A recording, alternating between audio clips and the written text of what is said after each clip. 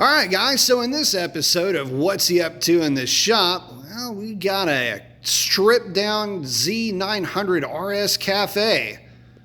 Were we just here a minute ago? What am I up to? Well, let's dive into it. All right, guys, so I am doing away with the stock long velocity stacks, and we're going to go with 4 of the factory shorter stacks so that they're all even. We're also wrapping up that Airbox mod as well. A little bit better airflow into the Airbox for some better top end power. Already have completed the upper Airbox mod where we've taken that separator out, but the main star of the show here, aside from a reflash from Ivan's tuning, is getting rid of these things. This is something that drives me nuts. It kind of wrecks my OCD. I cannot handle multiple links of velocity stacks. I don't know what it is with me, but call me crazy, but that's where we're at with that. By the way, these things are clearanced. That's not anybody doing that. That's clearance from the factory. It's just something kind of odd they do because it comes so close to rubbing the upper Airbox. Can't imagine that's good for flow. My experience with some of the import stuff is that unshrouding velocity stack can actually help out quite a bit. So anyway, that's where we're at with that right there. In the process of also cleaning up quite a mess. Looks like 1975 showed up to the party, but that is a 7/8 bit. That's just the plastic from that intake. Quick PSA for you guys. If you've got a cafe, I don't know if this applies to the RS2, but this is one of those under the forks steering dampener. And this thing did not work in my application. Let me show you what happened with this. First thing, guys, it uses a radiator mount and an existing other mount to get that thing underneath here. And when you first install it, it is clean. It looks good, although the dampening effect isn't all quite there.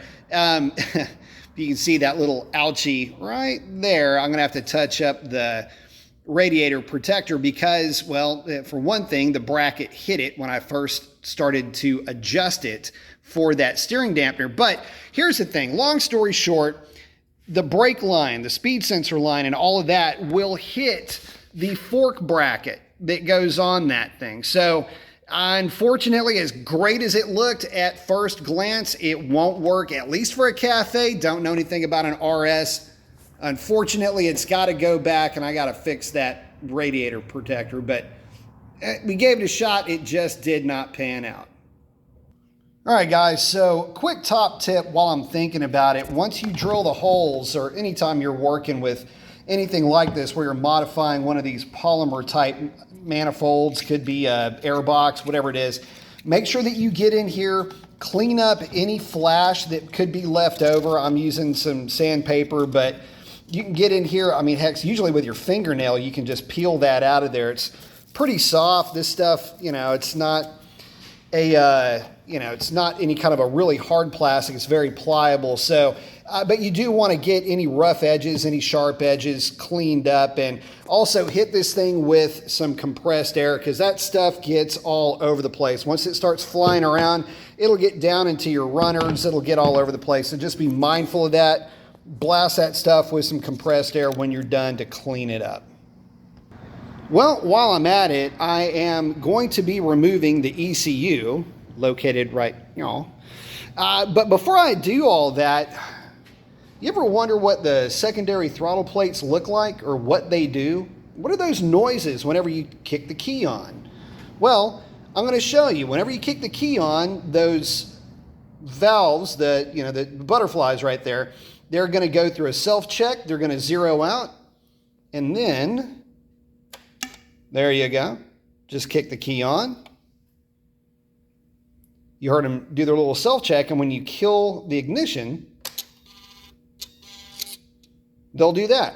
Basically, they're just going through their range of motion and validating themselves. So we'll do that again. Key on. And then key off. So that's what that sound is whenever you shut off your bike.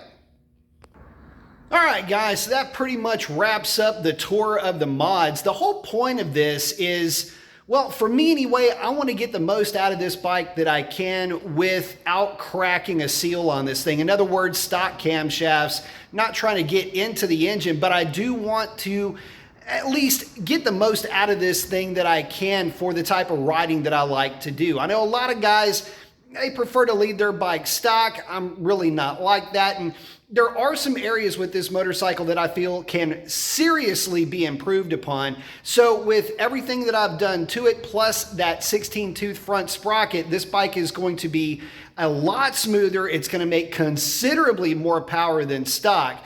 But the main thing is just to give it that overall performance that I'm looking for, and well, also be able to enjoy it on the street and not feel like it's down or not feel like it's giving up anything necessarily. I think that one of the big takeaways that I have with this bike is that it really is my favoriteest bike that I've ever ridden or owned.